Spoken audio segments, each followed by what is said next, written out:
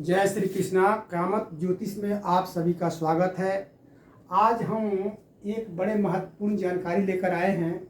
आपको बताएंगे कुंडली कुंडली के माध्यम से कामत ज्योतिष के अंतर्गत कि किसी की जन्म कुंडली में कौन सा ऐसा ग्रह होती है कि वो आदमी इतना भाग्यशाली हो जाता है, लकी उच्च पद को प्राप्त कर लेता है, ग्राम प्रधान से लेकर के मंत्री, मुख्यमंत्री, प्रधानमंत्री तक बन जाता है।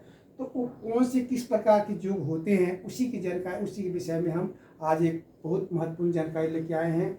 तो सबसे पहले आपको ये देखना है अपनी जन्म कुंडली के केंद्र घर, इसको चारों स्थान को केंद्र कहते हैं, 1 2 3 इसको केंद्र कहते हैं। तो इन केंद्र स्थान में जो है इन 5 ग्रहों में से बुध, मंगल, गुरु, शुक्र और शनि, इनमें से कोई ग्रह अगर आपकी जन्म कुंडली में कहीं भी बैठा हो, इसमें सूर्य और चंद्रमा को नहीं लिया जाता, कहीं भी बैठा हो और वो ग्रह जो है अपनी राशि में बैठा हो या अपनी उच्च की राशि में बैठा हो, उस कुंडली में बहुत महत्वपूर्ण राज्य होता है, उसको हम पंच महापुरुष राजयोग कहते हैं।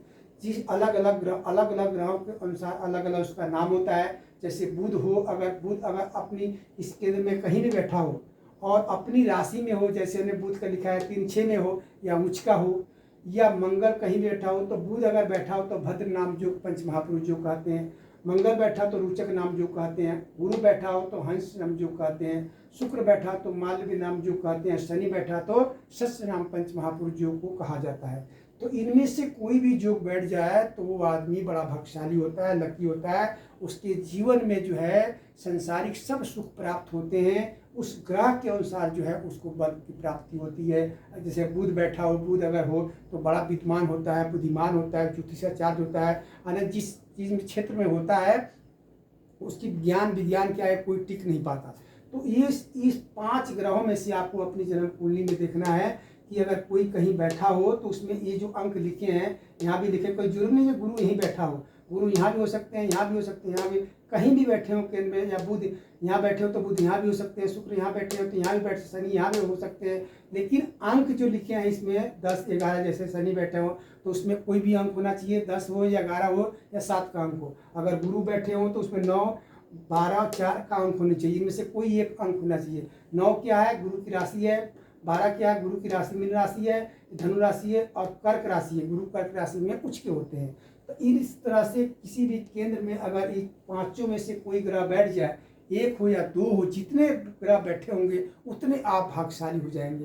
तो इस तरह से कोई भी एक ग्रह बैठा हो तो आपको कहा जाएगा कि आप बड़े भाग्यशाली हैं, लकी हैं। आपको इसके जब समय आएंगे तो आप जिस क्षेत्र में है उसमें बड़े आपका वर्चस्व रहेगा, मान सम्मान मिलेंगे, इज्जत मिलेगी, धन कमाएंगे, पैसे कमाएंगे, शोहरत आपको प्राप्त होगी, सभी वाहन सुख प्राप्त होंगे, सब सुख की प्राप्ति होगी।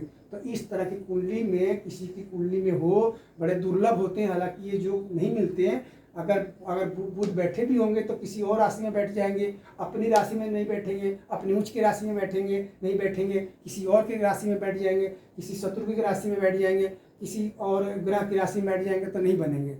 अपनी जो इनके अंक लिखे हुए हैं इसी अंक में से कोई अंक होना चाहिए और ग्रह केंद्र में होना चाहिए, तो वो कुंडली वाला व्यक्ति जो है बड़ा भाग्यशाली होता है।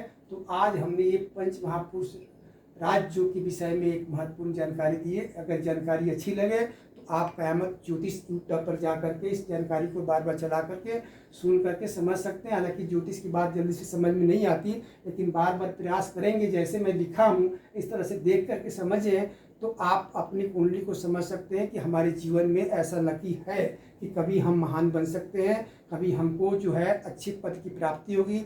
हमने आपको पहले एक बार बताया था कि जन्म कुंडली में एक भी ग्रह अगर अच्छे हो जाए तो आप जीवन में इतना धन दौलत कमा लेंगे कि बुढ़ापे तक, मृत्यु पर्यंत तक उसको भोग नहीं पाएंगे। तो यही तरह से ग्रह जो होते हैं जन्म कुंडली में, वो आदमी लकी और भाग्यशाली होता है। जय श्री कृष्णा, धन्यवाद।